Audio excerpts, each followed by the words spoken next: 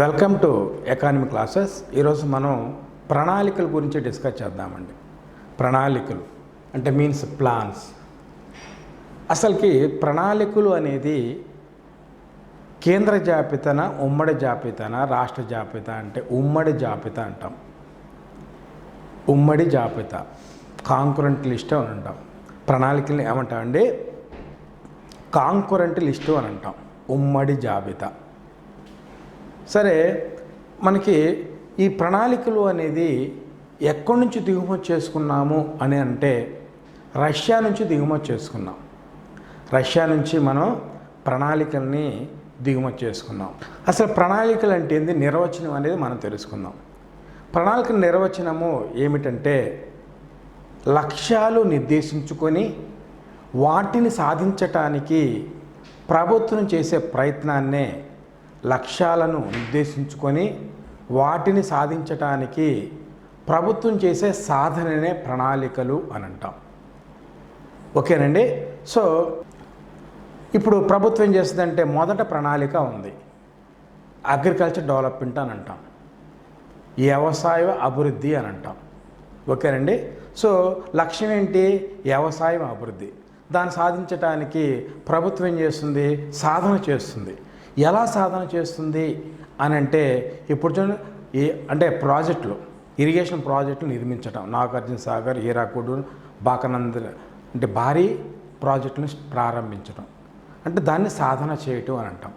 అంటే ఇప్పుడు వీటిని నిర్మించటం ద్వారా సాగునీరు అనేది అందుబాటులో ఉంటుంది.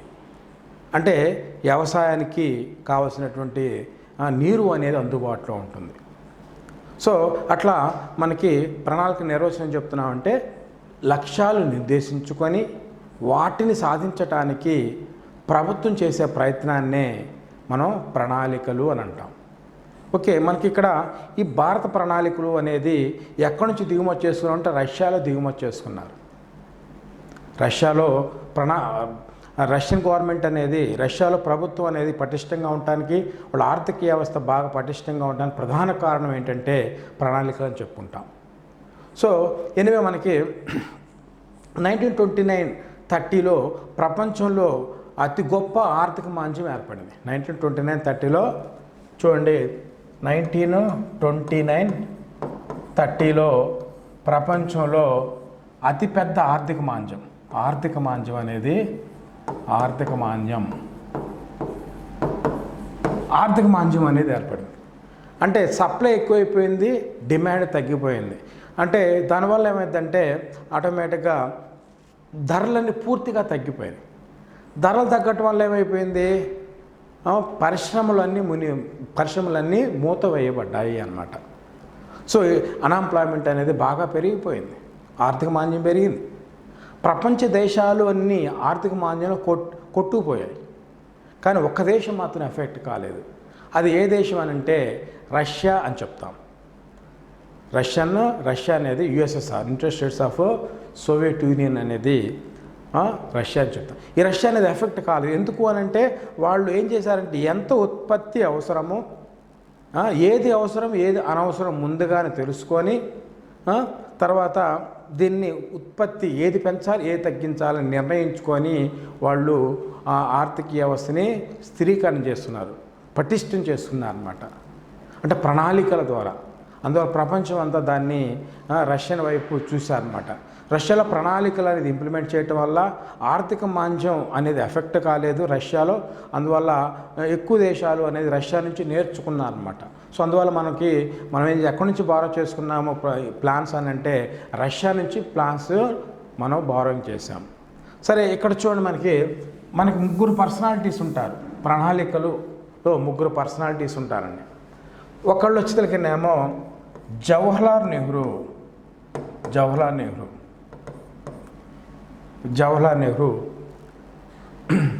ఈయన్ని architect of the Indian plans అని అంటారు. ప్రణాళిక నిర్మాత, రూపకర్త అంటాం. ఇన్ని ప్రణాళికల రూపకర్త అంటాం.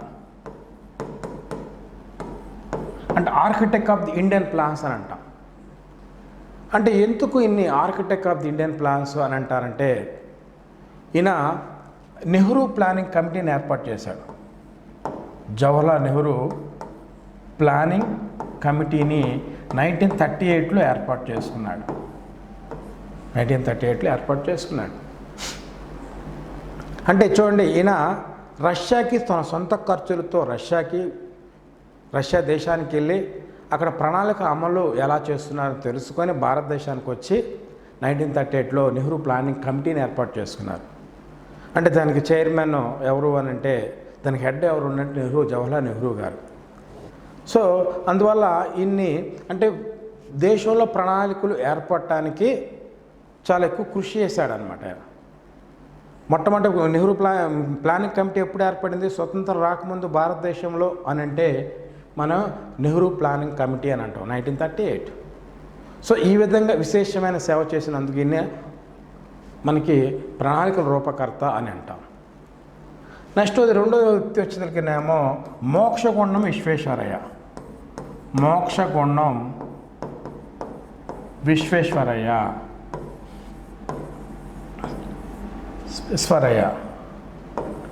మోక్షగుండం విశ్వేశ్వరయ్య. ఈ మోక్షగుండం విశ్వేశ్వరయ్య అనేది 1934లో a planned economy for India, a planned economy for India, a planned economy for India అనేది రూపొందించారు. అంటే a planned economy for India అనే బుక్లో భారతదేశానికి ప్రణాళికలు అవసరమని సూచించాడు అనమాట. సో అందువల్ల ప్రణాళికలు భారతదేశంలో so A planned economy for India అనేది ఎవరు రచించారు అని అంటే మోక్షగుండం విశ్వేశ్వరయ్య. సో ఈయన భారతదేశంలో ప్రణాళికలు అవసరము అని సూచించిన వ్యక్తి అన్నమాట. సో ఈయన విశేషమైన కృషి చేయటం వల్ల, ఈయన మొట్టమొదటిసారి ప్రణాళికల గురించి మాట్లాడటం వల్ల, డిస్కస్ చేయటం వల్ల ఈయన్ని ఫాదర్ ఆఫ్ ది ప్లాన్స్ అని అంటాం. Who is the father of the plans. ప్రణాళికల పితామహ అంటాం. 1934లో ఈయన హైదరాబాద్లో ఇంజనీర్, పెద్ద గొప్ప ఇంజనీర్, సివిల్ ఇంజనీర్ అయినా. ఓకే, హైదరాబాద్లో నిజామ్స్ పరిపాలనలో ఈయనకి అంటే వరదలు వచ్చి మూసీ నది పొంగిపోయి వరదలు వచ్చి చాలా సమస్యలు ఉంటే కొన్ని సలహాలు అనేది ఇచ్చారు. నిర్మాణాలు అనేది హైదరాబాద్లో ఈయన సూచనల ప్రకారం ఏర్పడ్డాయి. సో ఎనివే మనకి మూడో వ్యక్తి వచ్చేసరికినేమో సుభాష్ చంద్రబోస్. సుభాష్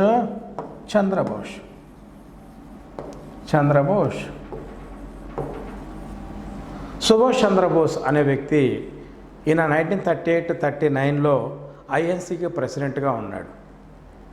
సరే, ఈయన తర్వాత ఈయనేం చెప్పాడంటే భారతదేశానికి ప్రణాళిక సంఘము అవసరం సూచించినటువంటి మొదటి వ్యక్తి అని అంటాం. భారతదేశానికి ప్రణాళిక సంఘం అంటే ప్లానింగ్ కమిషన్ అనేది భారతదేశానికి అవసరమని సూచించిన మొదటి వ్యక్తి.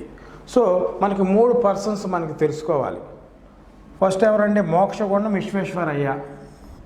ఈయన్ని ఫాదర్ ఆఫ్ ది ప్లాన్స్ అని అంటాము. ఎందుకు ఫాదర్ ఆఫ్ ది ప్లాన్స్ అని అంటే ఈయన మొట్టమొదటిసారి ఏ ప్లాన్డ్ ఎకానమీ ఫర్ ఇండియాలో ప్రణాళికల గురించి డిస్కస్ చేశాడు. భారతదేశం ప్రణాళికలు అవసరమని సూచించాడు అన్నమాట. మరి జవహర్లాల్ నెహ్రూ 1938లో ప్రణాళిక రూపకర్త అంటాం. ఆర్కిటెక్ట్ ఆఫ్ ది ఇండియన్ ప్రణాళిక రూపకర్త అంటే architect of the Indian plans అని అంటాం. అంటే ఈయన జవహర్లాల్ నెహ్రూ ప్లానింగ్ కమిటీ 1938లో ఏర్పాటు చేశాడు. అందువల్ల ఆయన నెక్స్ట్ సుభాష్ చంద్రబోస్. సరే, సుభాష్ చంద్రబోస్ వచ్చేసరికి ఆయన ప్రణాళిక సంఘం అవసరం అని భారతదేశానికి ప్రణాళిక సంఘం అవసరం సూచించిన మొదటి వ్యక్తి అన్నమాట. సో ఇట్లా మనకి 3 పేర్లు అనేది చాలా ఇంపార్టెంట్. మనకి ఎట్లా 3 పేర్లు అనేది మనకి చాలా ఇంపార్టెంట్. ఓకేనండి.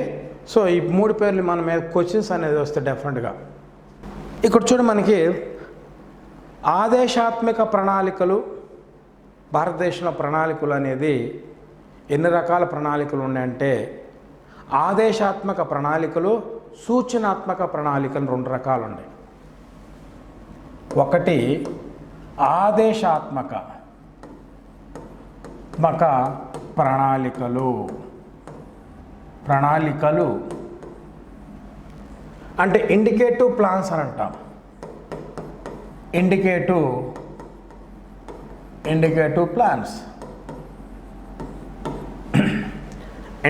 ప్లాన్స్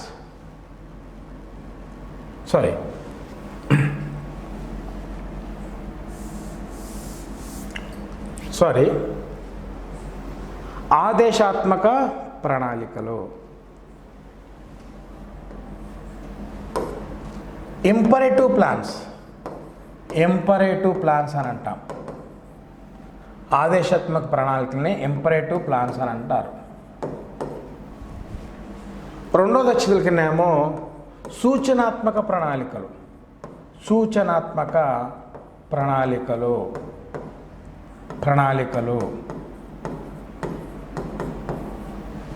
అంటే ఇండికేటివ్ ప్లాన్స్ అని అంటాం. ఇండికేటివ్ ప్లాన్స్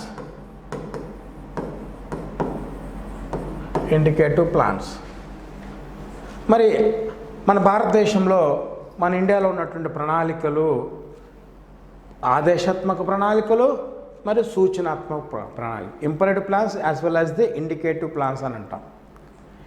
ఆదేశాత్మక ప్రణాళికలు ఎక్కడి నుంచి తీసుకున్నాం? మనం రష్యా నుంచి దిగుమతి చేసుకున్నాం.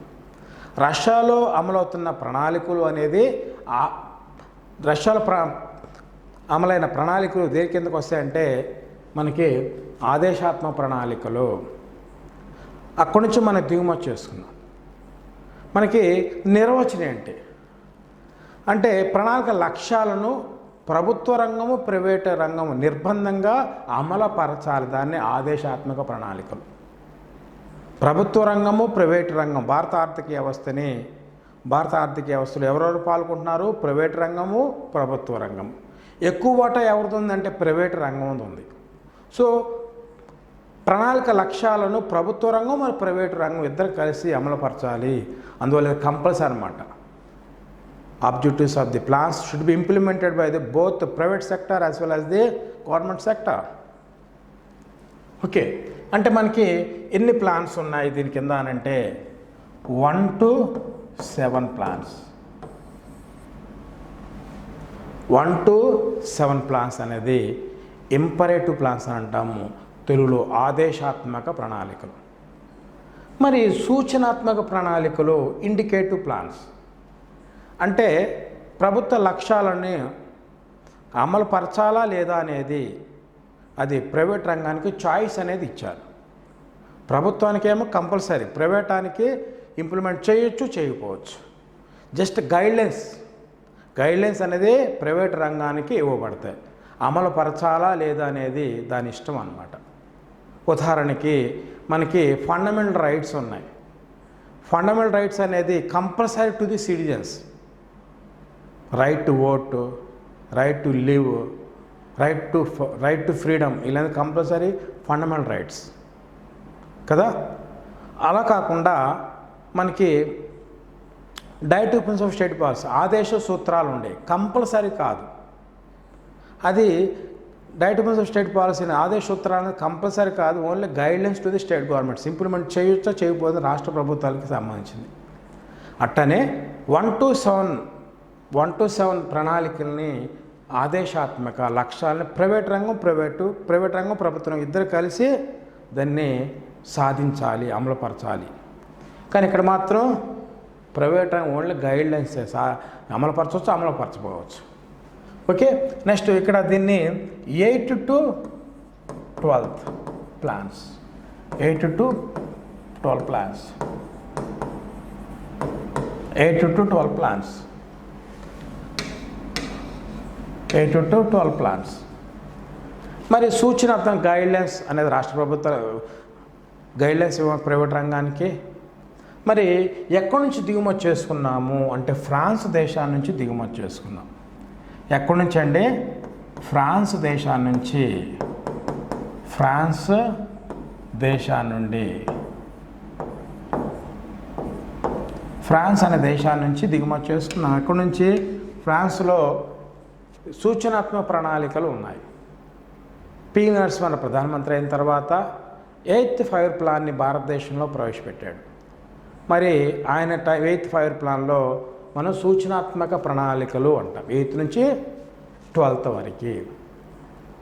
సో ఇదేమో రష్యా నుంచి తీసుకున్నాము, ఇదేమో రష్యా నుంచే, ఇదేమో ఫ్రాన్స్ నుంచి మనం దిగుమతి చేసుకున్నాము. ఇది రష్యా నుంచి ఆదేశాత్మక ప్రణాళికలు, సూచనాత్మక ప్రణాళికలు అనేది మనం ఫ్రాన్స్ నుంచి దిగుమతి చేసుకున్నాం. వ్యాట్ అనేది ఫ్రాన్స్ నుంచి తెచ్చుకున్నాము, జిఎస్టీ అనేది ఫ్రాన్స్ నుంచి తెచ్చుకున్నాము. ఓకే, అట్లానే సూచనాత్మక ప్రణాళికలను కూడా మనం ఎక్కడి నుంచి తెచ్చుకున్నాము? ఫ్రాన్స్ నుంచి తెచ్చుకున్నాం. ఓకే, ఇది ఇంతవరకే. నెక్స్ట్ కేంద్రీకృత ప్రణాళికలు, వికేంద్రీకృత ప్రణాళికలు. మన భారతదేశంలో ఉండండి ఆదేశాత్మక సూచనాత్మక ప్రణాళికలు ఉన్నాయి. నెక్స్ట్ కేంద్రీకృత ప్రణాళికలు,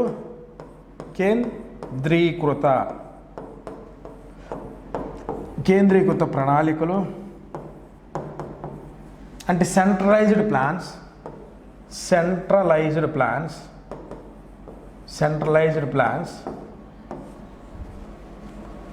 నెక్స్ట్ వికేంద్రీకృత ప్రణాళికలు,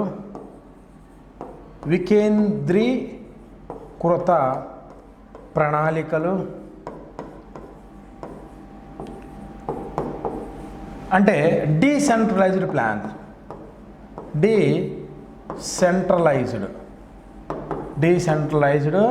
ప్లాన్స్ అని అంటాం. మరి ఇట్లా 2 రకాలుగా ఉంటాయి. కేంద్రీకృత ప్రణాళికల, వికేంద్రీకృత ప్రణాళికల భారతదేశంలో అని అంటే కేంద్రీకృత ప్రణాళికలు భారతదేశంలో అమలవుతున్నాయని చెప్తాం. మరి కేంద్రీకృత ప్రణాళికలు అంటే ఏమిటి? కేంద్రీకృత ప్రణాళికలు అంటే కేంద్ర ప్రభుత్వం లక్ష్యాలు నిర్దేశిస్తుంది, వనరులను సమకూరుస్తుంది, నిధులను కేటాయిస్తుంది అన్నమాట. అంటే పైనుంచి కిందకి కొనసాగించబడతాయి లక్ష్యాలు. కేంద్ర ప్రభుత్వం లక్ష్యాలు తయారు చేస్తే స్థానిక ప్రభుత్వాలు దాన్ని ఆ లక్ష్యాల్ని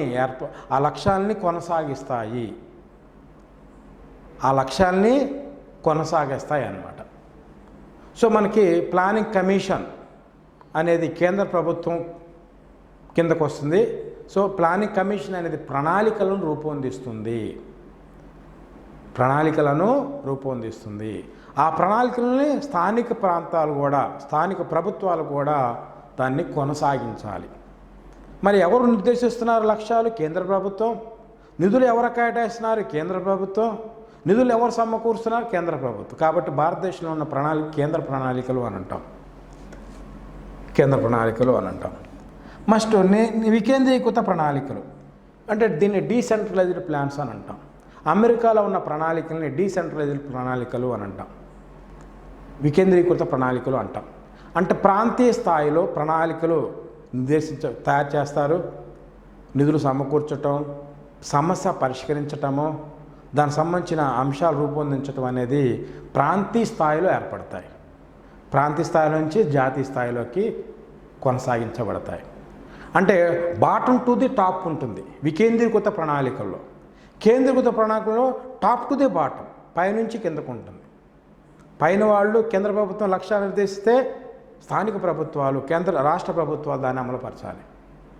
మరి దీంట్లో వికేంద్రీకృతమైతే స్థానిక ప్రభుత్వం అంటే ప్రాంతీయ ప్రభుత్వాలు, స్టేట్ గవర్నమెంట్స్ స్థాయిలో ప్రణాళికలు రచించబడతాయి, నిధులు సమకూర్చబడి కేటాయించడం అనేది జరుగుతుంది అన్నమాట. సో మనకి ప్రణాళిక సంఘం అనేది లక్ష్యాలు నిర్దేశిస్తుంది. Next NDC, national development council, జాతీయ అభివృద్ధి మండలి అనేది ప్రణాళిక సంఘం రూపొందించిన ప్రణాళికలను అది అప్రూవల్ చేయాలనేది NDC అనేది పరిశీలిస్తుంది అనమాట. అంటే NDC అప్రూవల్ ఇచ్చిన తర్వాతే దేశంలో ప్రణాళికలు అమలుపరచబడతాయి. ఇప్పుడు ప్రణాళిక సంఘం అనేది కేంద్ర ప్రభుత్వం నియమిస్తుంది, NDCని కూడా కేంద్ర ప్రభుత్వం నియమిస్తుంది. వాళ్ళు రచిస్తారు అన్నమాట. ప్రణాళిక సంఘం రచిస్తే ఎన్డీసీ అనేది అమలుపరచడం, పర్యవేక్షించటము, దాన్ని ఒప్పుకోవటం, అప్రూవల్ చేయటం అనేది ఎన్డీసీ చేతిలో ఉంటుంది. ఎనివే అంతా అది కేంద్ర ప్రభుత్వం చేతిలో ఉంటుంది. కాబట్టి కేంద్రీకృత ప్రణాళికలు అని అంటాము. కేంద్రీకృత ప్రణాళికలు అని అంటాము. నెక్స్ట్ భారతదేశంలో కాగితపు ప్రణాళికలు అంటాం. కాగితపు ప్రణాళికలు అని అంటే దీన్ని పేపర్ ప్లాన్స్ అని అంటారు. Paper plans. మరి కాగిత ప్రణాళికలు అంటే ఏమిటి అంటే స్వాతంత్రం రాకముందు భారతదేశంలో తయారు చేసిన ప్రణాళికలను, కమిటీలను పేపర్ కమిటీలు అని అంటారు.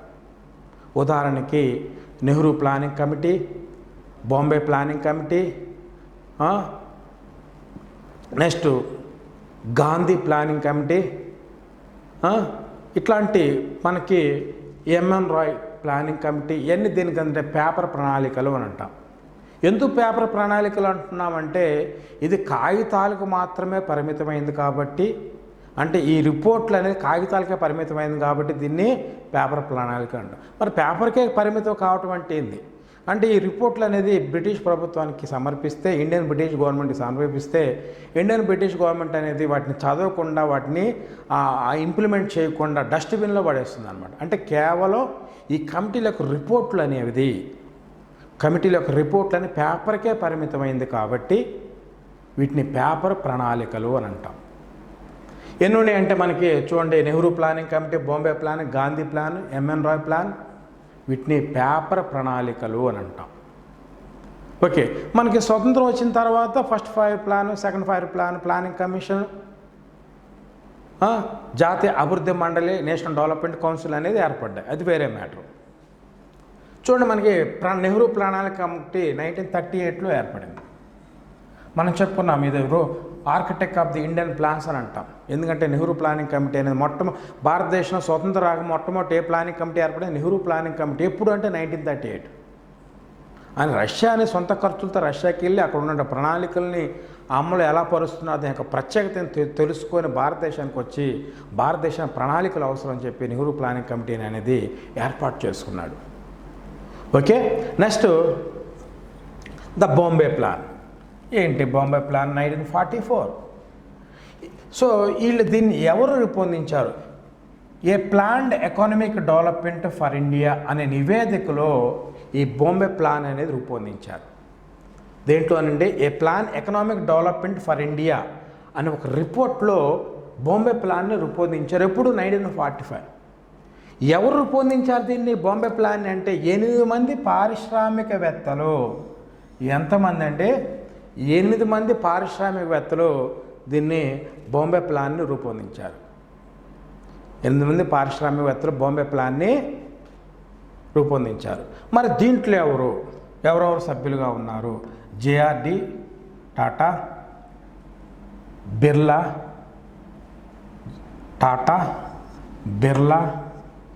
జాన్ మథాయ్,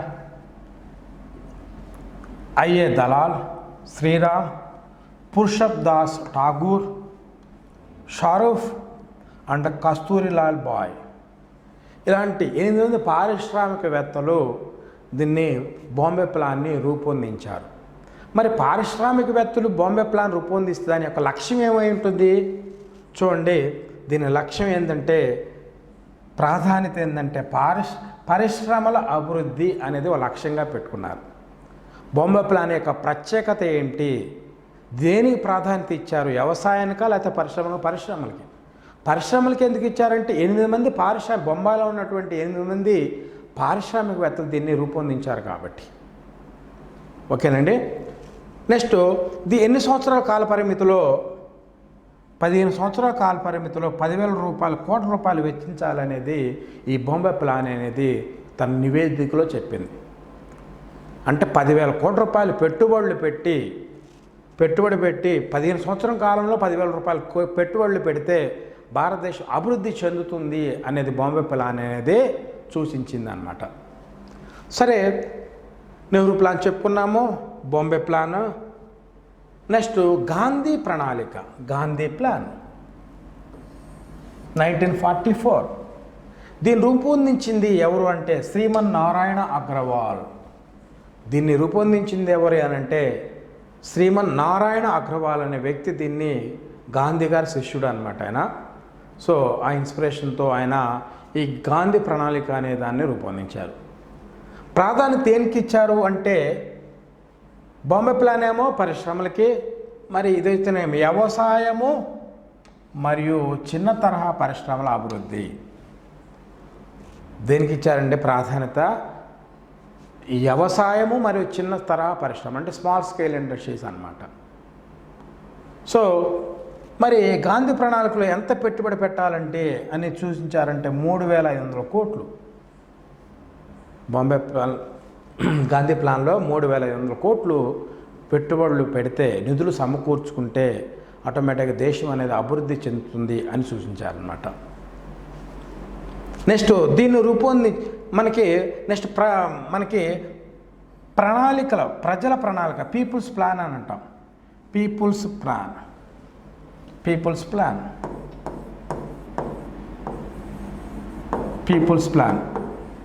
ప్లాన్ లేక ప్రజల ప్రణాళిక 1945. దీన్ని రూపొందించింది ఎవరంటే ఎంఎన్ రాయ్, మనబేంద్ర నాథ్ రాయ్ అనే వ్యక్తి దీన్ని రూపొందించారు. ఈయన లెఫ్టిస్ట్ ఐడియాలజీ ఉన్నటువంటి వ్యక్తి, కమ్యూనిస్టు భావాలు ఉన్నటువంటి వ్యక్తి. మరి దేనికి ప్రాధాన్యత ఇచ్చాడంటే ఈయన వ్యవసాయ అభివృద్ధికి ప్రాధాన్యత ఇచ్చాడు. వ్యవసాయ అభివృద్ధికి ప్రాధాన్యత అనేది ఇచ్చారన్నమాట. సో మనకి ఈ విధంగా పేపర్ ప్లాన్స్ అనేది చెప్పుకుంటాం. పేపర్ ప్లాన్స్ ఓకేనండి.